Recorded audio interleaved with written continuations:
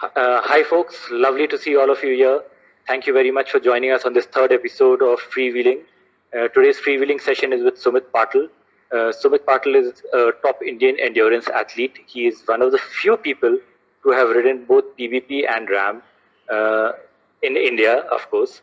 And he's not just a fantastic endurance athlete, he also has been the director of multiple YHAI expeditions in Ladakh, where he has taken absolutely beginner cyclists and taken them from Manali all the way to the top of the world in Khardungla, which is quite a big feat. And he is based in Alibag, where he has helped his Alibag Cycle Club last year do a community Everesting, again taking beginner cyclists and making them do things which they probably had not imagined. So Sumit is not just a good athlete; he also knows how to help out beginner cyclists.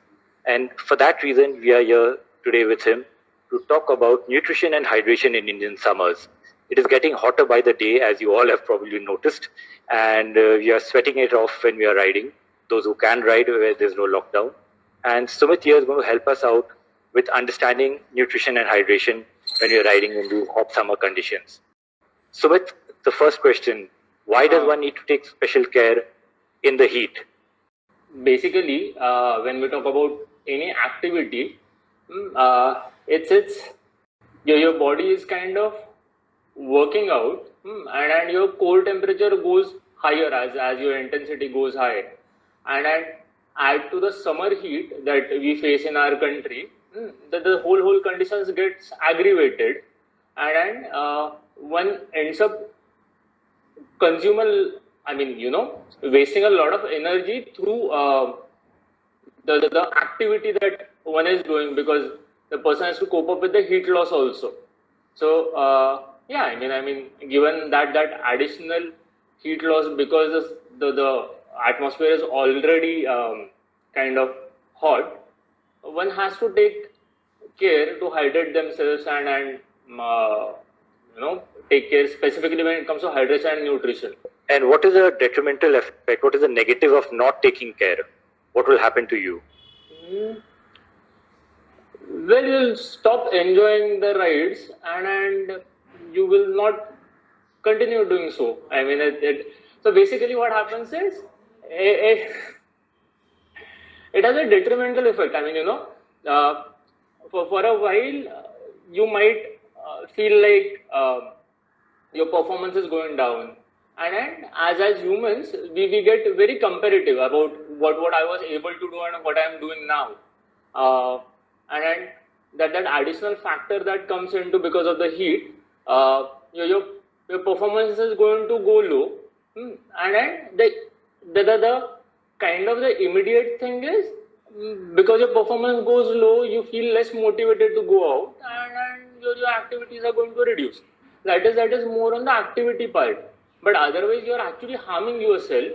Your recovery goes like absolutely downwards, and every next day the question becomes even bigger, is why I am not able to perform better. And if you continue doing so, you are going to hit the bed very soon. When I say you're going to hit the bed very soon, as you're going to fall sick, and that's what.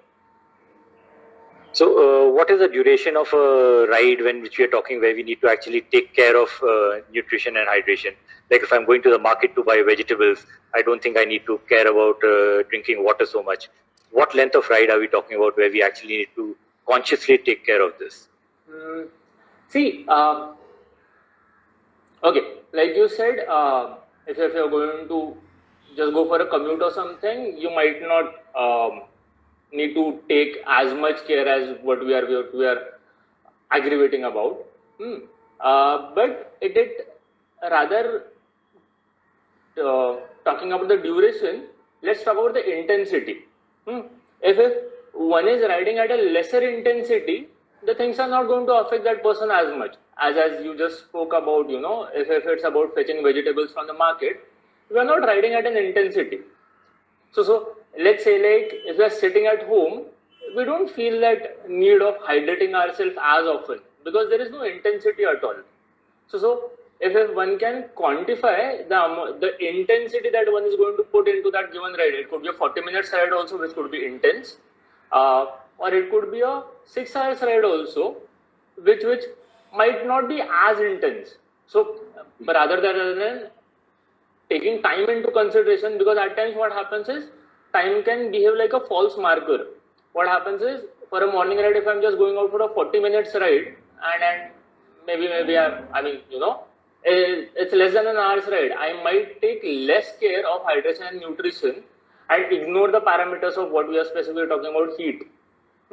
So yeah, I mean, the time of the day that you are going to ride. Also when you talk about the vegetable fetching, just because that example is taken, if you are going to go dead noon, 12 o'clock, or post that, you better hydrate yourself. You know, maybe you can hydrate yourself before leaving the home, or carry a bottle of water with you. And so there are multiple factors that one would need to take into account. It's like what time of the day you are riding, what intensity you are going to ride for, and then comes the time value also, for how much duration are you going to ride. So if you're doing a regular daily training ride where you probably go in the morning, early in the morning, and do a 1 hour, 2 hour ride and get back, what are we looking at? What kind of care we need to take for something like that? See, on an average, so there is no, or rather we can say there's a ballpark figure that one needs to consume somewhere close to 500 ml to 650 ml to 700 ml of water. Now, it's very individualistic. I mean, it's very personal. One might be losing a lot of water through. One might be perspiring much more than someone else. So that person certainly will have to drink water on the higher range that we just spoke about. Then again, it comes down to intensity. And what we were talking about was, one needs to understand, because the topic was specifically about the summer part of it. Yes. Just going, I won't say technical, but still, let's understand. When we are cycling, we are doing some kind of work. So we are talking about energy. Now, the energy that we put into cycle is what takes us ahead. I mean, we put force, we put energy, and that is what takes us ahead. It's like work done. Now, to be able to create that amount of energy, I mean, so basically when we are doing any kind of activity, say like the activity that we just spoke about, cycling or training rides, the amount of energy that we produce and the amount of energy that actually goes into cycling, the ratio is somewhere close to 25% to 75%. So what I mean is, if you are generating 100 energy, just taking a number, if you are generating 100 energy, out of that 75% approximately is lost into heat. Okay. Only 25% is what gets into the mechanical part of the cycle, and that is what takes you ahead. So, okay, fine. I mean, let us not complicate it, but just to simplify, I mean, we use this metric called power. So if one is able to see 200 watts on his cycle computer, he or she is actually generating somewhere close to 800 watts to 1000 watts, of which majority is going because of loss of heat. Your body heat increases, and that loss is that significant. Now, what I was saying in when we started the conversation, now during the summer, your body, I mean, the additional heat of the atmosphere is going to aggravate this ratio. Uphill, the gravity is already taking you down because you're going uphill. So riding in summers is more like an uphill heat gradient, if what it simplifies one to understand. Okay. Why you need to take more care. Like we need to push the pedals harder when you're cycling. That way we need to take more care when we are riding in hot atmosphere or warm atmosphere. So, or warm climate is what we are talking about. Yes. Yeah. But like to do a 1 hour, 2 hour, 3 hour ride, what are the specific things which we need to take care of when actually riding in the summer in terms of food and nutrition and hydration? So say like let's bracket into 1 hour, and then we can not simply multiply, but still one can put his own wisdom and tweak it accordingly. For an hour ride, one can grab some snacks in the before the ride. It could be something that can be easy. I mean, we are talking about morning rides specifically. Yeah. Are we? Yes. Yes. So in case if you are those early morning riders, one can grab a banana or two, which is more than enough for an hour ride. Banana, any fruits basically assimilates really fast. So it is not like you're already on a ride and it's going to take a little more time. By the time the banana is going to release energy and things like these. And before leaving the home, one can drink some water. When we say about drink some water, we are talking about a glass of water, that's around 250 ml of water, and one is carrying a sipper which generally is of 650 ml to 1 liter for an hour ride. Now you kind of can multiply taking into account two things. One, the level of fatigue is going to increase. So that is where you need to hydrate more and replenish your calorie intake also. But otherwise, for anything till an hour, one is going to be back home for a proper breakfast, and that is how it is going to be. But otherwise, the moment it goes beyond 1 hour, and if it is about a known route where you can fetch things on the go, so if it's about a 2 hours ride, one can carry an extra banana in the back pocket or jersey pocket. After an hour, the person can have that banana, 2 sippers. So we are talking about somewhere close to 500 to 600 ml of water for an hour, and that shall suffice. That shall suffice. But anything beyond that, one needs to identify, or one needs to so say like for a free ride, when we don't know what is going to come next, anything around 50 minutes to an hour, the moment you come across a tea stall or something of that sort, grab a cup of tea, grab a cup of cookie. I mean, naan katta is what we get in around these places. I mean, I'm talking about smaller rides.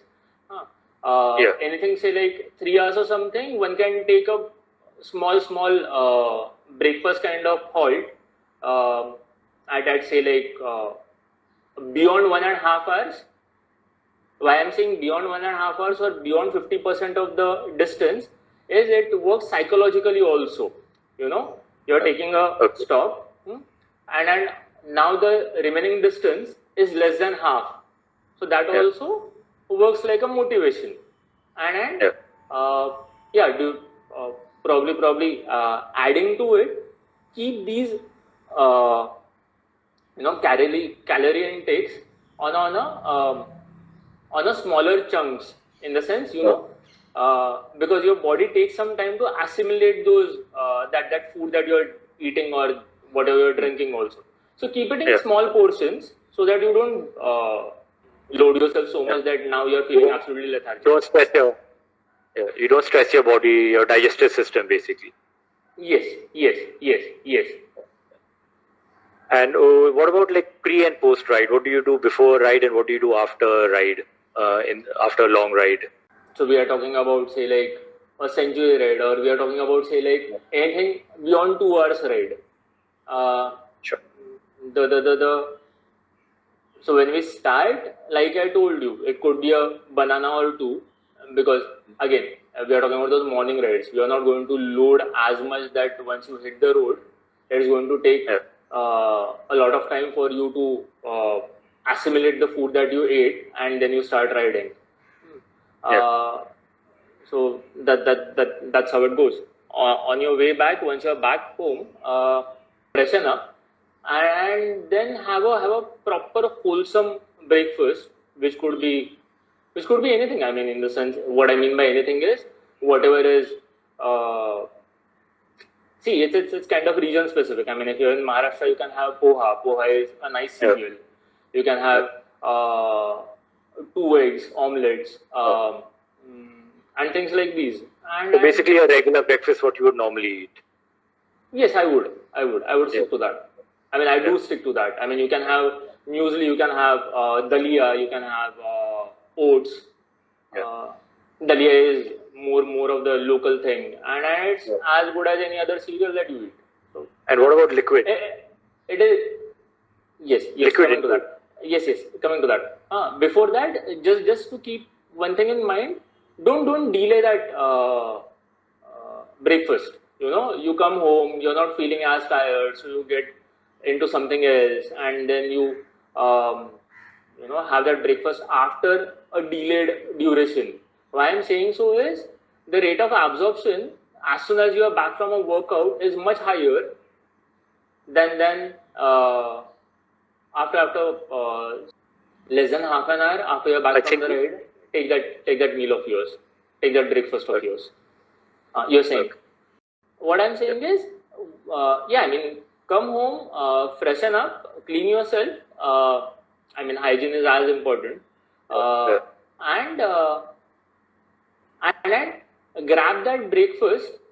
Be it a smaller portion, but grab that breakfast as soon as you can. I mean, don't delay it beyond half an hour or an hour, because the rate of absorption of a breakfast, of anything that you eat just after the workout, is much higher than after your body has cooled down and settled and things like this.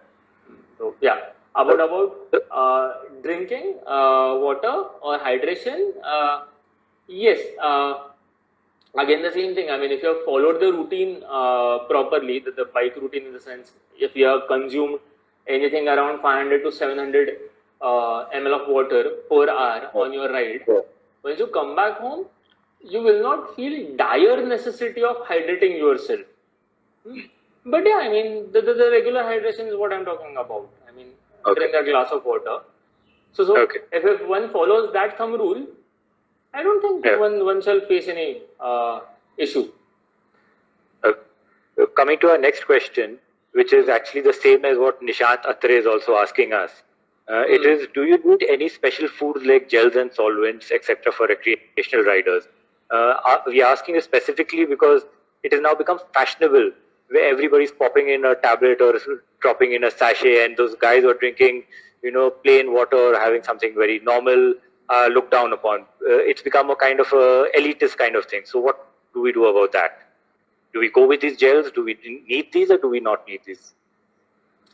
Need this? If you ask me, no, we don't need this. But it's a formulated nutrition and hydration. It is certainly going to help. But when I say that, I'm talking about really performance-oriented situations. If it's a race, if it's a specific training ride where you are going to go all out, and one needs to get used to it also. One can't just go with the bells and whistles associated with it and pop it once in a, okay fine, today is the day, now I had saved all that nutrition, now I'll start having it. No, your body is not going to accept it as easily. Now going back to the general riding, we have enough things around which can take care of, I mean, I won't say, I will not, again, like you said, do we need this? No, we don't need this for general riding, general training also. I'm talking about training also.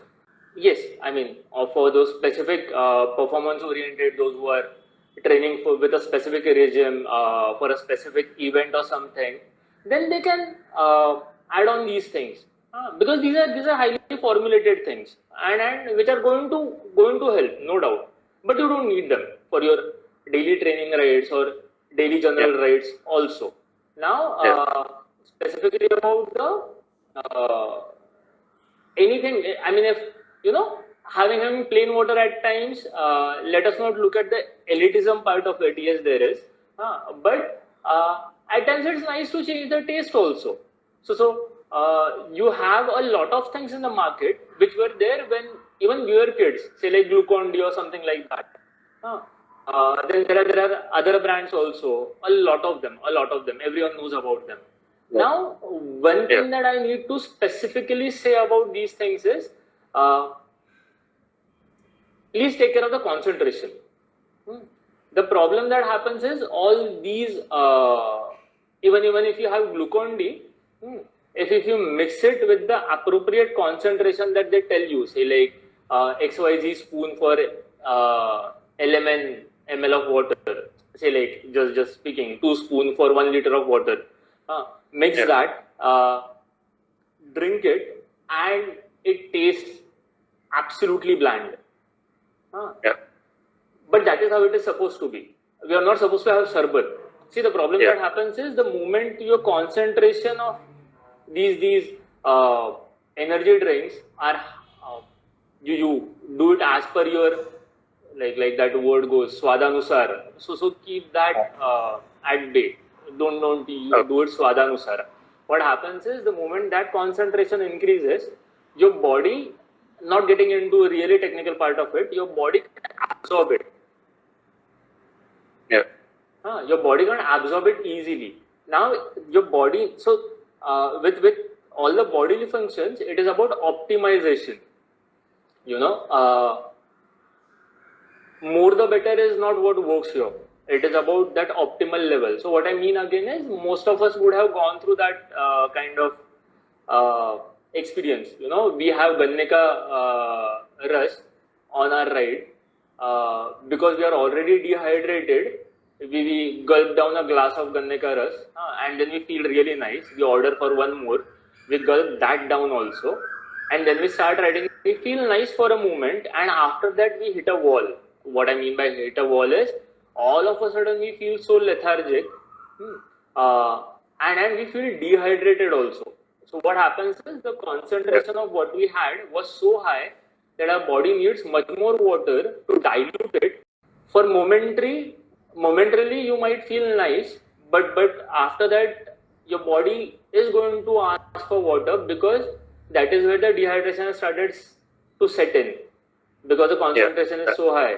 So you need to drink more water. So beat any kind of this additives, please keep an eye on the concentration of what is told. And I would say, go a little lesser than what is also told. So if someone says add 1 tablet to 250 ml of water, I generally add 1 tablet to 500 ml of water, and that is what I go with. But that is something which you'll probably want to experiment on a person-to-person basis to see what works best for you. See, the given concentration or less is what one person can try and tweak for himself. But swadanusar, or according to taste, I mean, not more. Not more. I mean, not more, that's for sure. Like you said, I mean, anything less than that, yes, one can experiment her own way. But certainly, anything more than that is a red flag. You're going to suffer. And any difference in how you will hydrate yourself for a regular training ride and for a race, or will the approach be the same? It would be the same, because what we do in training, we do it in training so that you can apply it during the race. So training is more like a learning ground where you can make mistakes. Like you said, one can check for himself or herself what works for him or her. So that thing you can do, because if one training ride doesn't go up to the mark, it's not going to be as detrimental. But if the race doesn't go up to the mark, well, I mean, the repercussions are nasty. And anything specifically different, or what do you do for a indoor training ride? During the indoor training ride, one needs to take more care of hydration and nutrition. 2 things. One, it's a psychological irony that because we are indoor and nothing is moving around, we don't take that ride as daunting mentally. Whereas you are suffering much more than an outdoor ride on all fronts, on absolutely all fronts. The most important thing is that the kind of ventilation or kind of the airflow that you get around you is as good as you compare it with the outdoor riding. Someone might say, I have 2 table fans. I have something really amazing. I have Wahoo Wind or some fancy things that a few of them do have. And of course, I mean, I'm not questioning their functionality, but come what may. So there is this value called CFM. I'm not getting into the numbers exactly, but CFM is feet per minute. So that's the volume of air that you pass through when you are riding at say like a 15-20 kilometers per hour ka speed. I'm not talking about 40 kilometers per hour or 45 kilometers per hour. I'm talking about I mean anything around 12 to 15, 12 to 20, or that kind of speed that I'm talking about. The amount of air that you pass through is so high that nothing indoor can replicate it. That's why your body's basic function, I mean, while we perspire, it's our bodily mechanism to keep our core temperature low. When we perspire, that sweat evaporates and it helps you to maintain the core temperature.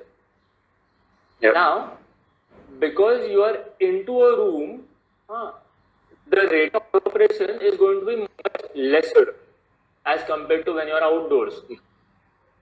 So that's why your body heat is going to be much higher than what you are doing outdoors. So that's why indoors you need to hydrate much.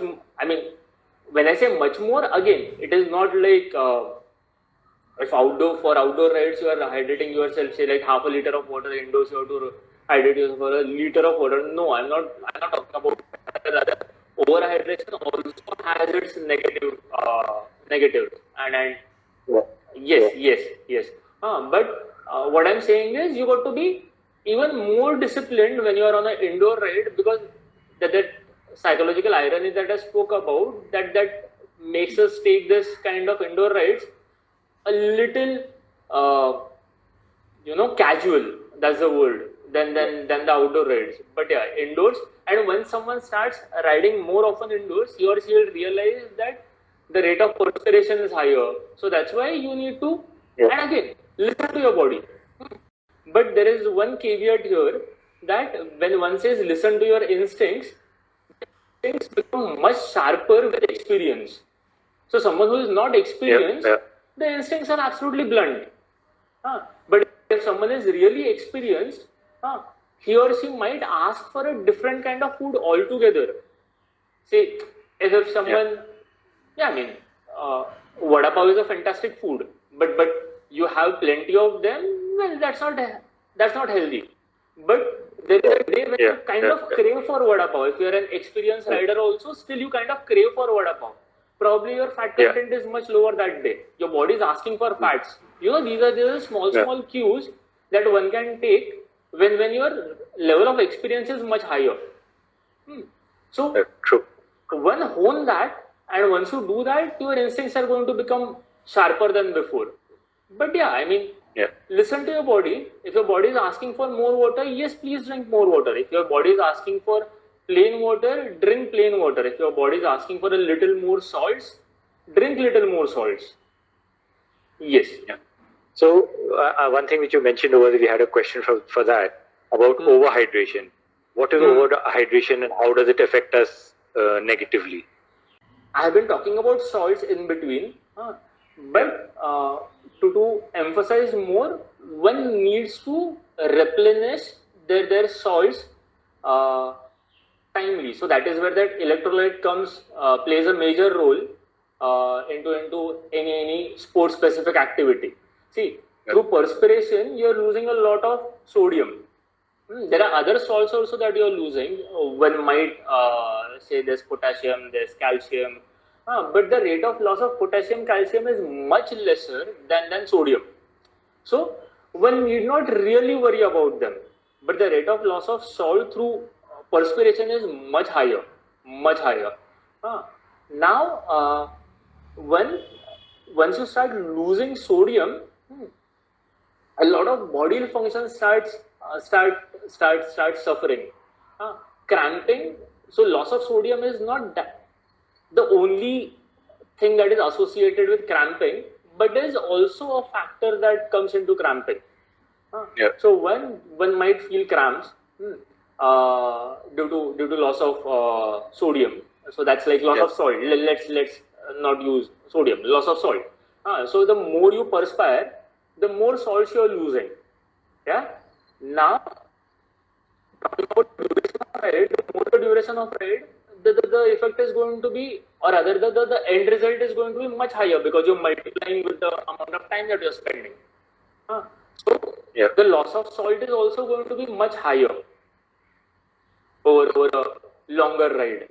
Now, if you don't replenish yourself with enough salt, that is going to have detrimental effect. What we spoke about a while ago. Now, coming to that question about overhydrating, what happens is if you overhydrate, even if you are adding electrolytes also to your water, one might say, okay, where am I coming with? Now, when you start drinking a lot of water, you are basically diluting the salts that are already there in your body. Yeah. Yeah. So it needs to be in certain concentration for your bodily functions to perform perfectly. Now, when you drink much more water, you are basically diluting that salt that is already there in your body. On the top of it, you are losing a huge amount of salt through perspiration also. Now, because the concentration of salts has reduced, because you are adding much more water to it, you are making it more dilute. Yeah. And once that balance goes down, your body is going to suffer. The body is going. So the medical term is called hyponatremia, as complicated it might sound, but in rare occasions it has resulted into fatality also. Rare occasions. See, when I mean talking about the periphery of the discussion that we are doing right now, we don't have to get into those extremes. And also the thing is, we have seen lack of discipline in hydrating rather than being over disciplined in hydrating. So we need to address that function. See, what happens is, initially one might remember, okay, fine, I have to drink this much water, I have to drink this much water. And then after 3 hours ride, one realizes the sipper is still full. I'm not drinking water at all. So one need to emphasize more on taking right amount of hydration. The overhydration, yes, it has got negative effects and severe negative effects. But like we spoke about, like we just said, the periphery of this discussion, we have more, people who don't hydrate enough rather than people who overhydrate. But one needs to keep that in mind. Basic things. I mean, we have this sippers with us. We know, okay, fine, we rode for 4 hours. If we drank, say, like four sippers, that's optimal. And then one can change the amount of water as one feels like. As the temperature starts going higher, your body is going to ask for more water. So drink more water. Don't stick to a rigid value. Okay, fine, I have to drink exactly this much water. There is no exact, because the conditions are changing. It's such variable. And conditions are changing on all fronts. The fatigue level is changing, the calorie deficit is increasing, the temperature is changing. Right? But why I said those 500 ml to 700 ml? So that we have a ballpark number. Anything between that, if you are drinking less than that, then you need to see for yourself, something's going wrong. Ask yourself. If you are drinking more than that, if it's a really hot day, yes. But if you are drinking anything more than a liter per hour, then you need to rethink about things. So we had another question on basically what you were saying, like if you have a ballpark of between 500 to 750 ml of water and you're supposed to drink that over 1 hour, what difference is it to the body if you drink that in small sips every, let's say 10 minutes, or if you remember at the end of 1 hour you not finished your sip and you go knock it down, boom. How does that react with your body? See, like we spoke about, your body takes some time to accept. So a general glass of water, if we see at at our home also, the glass of water is 250 ml, 200 ml to 250 ml. So that is the amount of water that one can assimilate at one given time when one is not doing anything. I mean, we are at home, probably we walk to the kitchen, we drink a glass of water, we come back to our living room or bedroom. That's like what, not even 10 meters of walk. In that, our body can assimilate it. One needs to understand when you're cycling, we are already. So, when we are cycling, one needs to understand that, okay, all our bodily functions require energy. Now, when we are cycling, where we are kind of focusing off of applying more energy for the cycling activity and our say like digestive system. I was saying the gut function, the energy that was required there is the gut is not getting as much energy because the energy is kind of transferred or which is about water temperature in your bottle. So you're going for a hot ride, the temperature is going to be pretty high. Are you thinking of carrying room temperature water, or are you carrying chilled water, like almost frozen water? What's it like? Or is it a personal preference? Frozen water, if I can. Okay. Okay. So the thing is, why I say frozen water is as soon as you step out of the home, you're not going to gulp that water. I mean, you're not going to take that sip. After say like your first sip, all two are going to come somewhere close to 20 minutes to 25 minutes of riding. After that, the temperature of the water is going to be much higher than the freezing cold water. So if you get the point, I mean, the lowest temperature that I can have in the bottle is what I will take while hitting the road. In 20 minutes, the temperature is going to increase. Again, one needs to understand that the lesser the temperature of the water, the better it is because it helps you reduce the core temperature. The moment the core temperature is reduced, it's going to benefit you. We all this while we are talking about loss of energy through heat. So if you get to cool down your core temperature through that cold water, and your cold water is not going to stay cold inside your body. Like within few movements is going to come to body temperature. But that small duration where it gets to reduce the core temperature of your body is going to be beneficial always.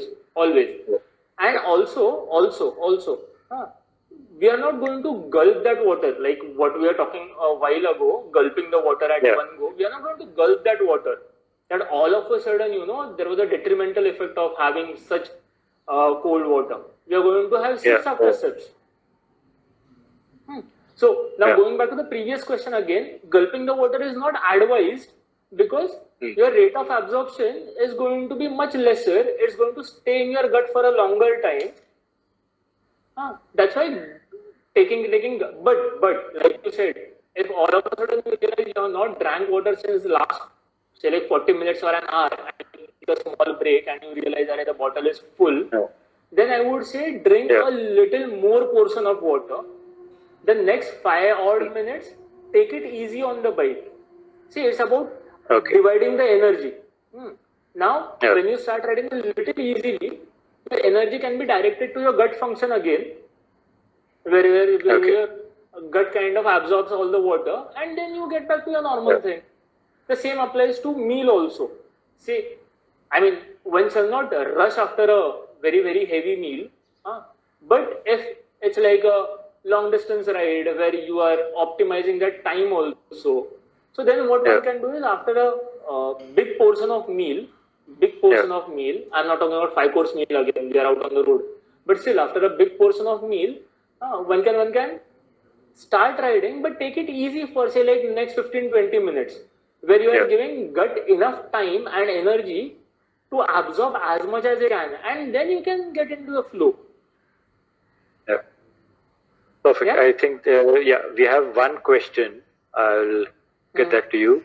From the limited one. Sugarcane juice in summer while riding, in what quantity? sugarcane juice in summer while riding. The way I play with sugarcane juice is I dilute that sugarcane juice in the water that I have with me, or if I'm getting sugarcane juice from some, raste wala place, of course, I mean, roadside place only is where we get it. I Yeah. dilute that from the water that he or she has, and then that is how I carry it with me. That becomes a fantastic energy drink. But as I said, Okay, again, so- the dilution is very important. Yeah. I mean, after you're Yeah, done yeah. with your ride, then you can have a proper Yeah. proper sugarcane juice, and because after that you are not riding, and then if your body is Yeah, asking for yeah. more water, you can have more water also because you are resting. Yeah, basically. yeah. Even Yeah, if your yeah. sugar concentration goes for a toss, it's not going to have any effect on your ride because your ride has come to an end already. Yeah, yeah. Yeah.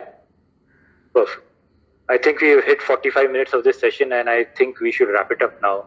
Thank you, Sumit, for joining us and helping us understand nutrition and this hydration in summer riding.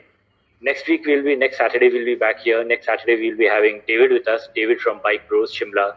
He'll be talking to us about and giving us an introduction to mountain bikes and bike maintenance because he has a store. He actually works on the bikes himself, and he will help us understand mountain biking better, the technical part of it. Till then, all of you who missed any of our 3 episodes, you can catch it on IGTV, or if you prefer reading it, you can read it on cyclingmonks.com. Till then, thank you so much, Sumit. Thank you, all of you lovely people who have listened in and who have asked questions. See you next week. See you next Saturday. Bye bye.